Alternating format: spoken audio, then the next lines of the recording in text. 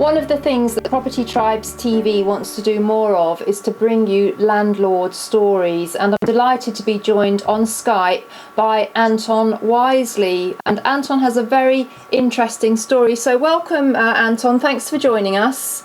Hi, thanks very much. Now, you're actually an airline pilot, which means that you must be very busy and working long hours. I'd just like to take you back to the beginning of your property journey. Did you actually create a kind of business plan to run alongside your pilot duties? Yeah, exactly. When I started out with the idea that I was going to create a portfolio, then going hand in hand with that, I had to formulate a complete business plan, basically, so I knew what I was doing with my money and what my goals were, really. I looked at several options, and then one of the things I'd considered in the past when I was leaving the forces was franchising, and I was always interested in property. So then, almost by accident, I discovered Platinum Property Partners. So, as you mentioned, I knew I was going to be pinched for time. So, when I discovered there was a property franchise, then my strategy kind of solved itself as I learned what their approach was and how we could work hand in hand. And really, because I was short of time, I needed expert guidance. I think that was the key to making sure that the decisions I made were the correct ones in the limited time available. So you've obviously gone down the HMO route, the professional HMO. Could you just give us a little bit of a flavour of your portfolio? Okay, well, I'm relatively new to the HMO game. I had done single occupancy in the past. Then when I was looking to do it as a real business as opposed to something on the side, then we needed to look at it more closely, and I needed to think bigger. So I've started out, I've got one HMO running, and I'm just in the process of looking to exchange on number two and growing gradually. Obviously, because I'm limited for time, then and a little bit with capital as well, then that obviously initially will limit the speed of growth.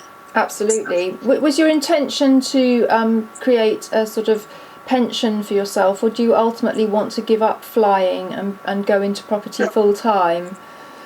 Well, I'm still very passionate about my flying. I very much enjoy that, and I don't really want to give that up. Certainly, I think one of my key factors when I left the Air Force, due to the way the airline industry works, I was looking at a shortfall of about 50% of my income. And so then it was a case of either spending the money I'd saved up or investing it. So initially I was hoping to replace lost income. Gradually my income outside of property will pick up a little bit. But ultimately, I think the thing about property is that if you look at it long term and you've got a good business structure, then it's really up to you where you go from there. And depending on the success of the property business will depend how it goes in the future. But I think ideally, I'd like to, as many people do, as they get towards retirement, then obviously I'd be able to wind down maybe a little bit sooner than I would have had I just stuck with a full-time working plan. Yeah. So there's going to be a balance at some point. Hopefully property will help me find a work-life balance and goes on. It's quite busy at the moment, but I don't mind that. I certainly, when I was in the military before, I was working very hard anyway, so I'm kind of continuing that on, but building my own business in the background. I was just wondering, Anton, what disciplines that you brought from flying into property, because to my mind there's actually a lot of similarities, being systemised, checklists, compliance, safety, double checking everything. All those things I think are very much needed in a property business.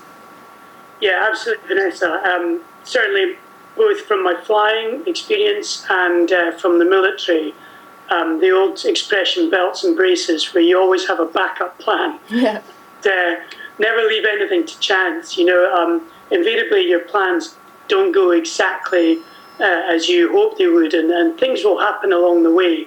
So I think you always need to be ready. And a lot of it, as well as communication. I think I learned a lot about that in managing large teams on complex missions. You have to go around all the time checking that everybody understands what it is you're trying to achieve.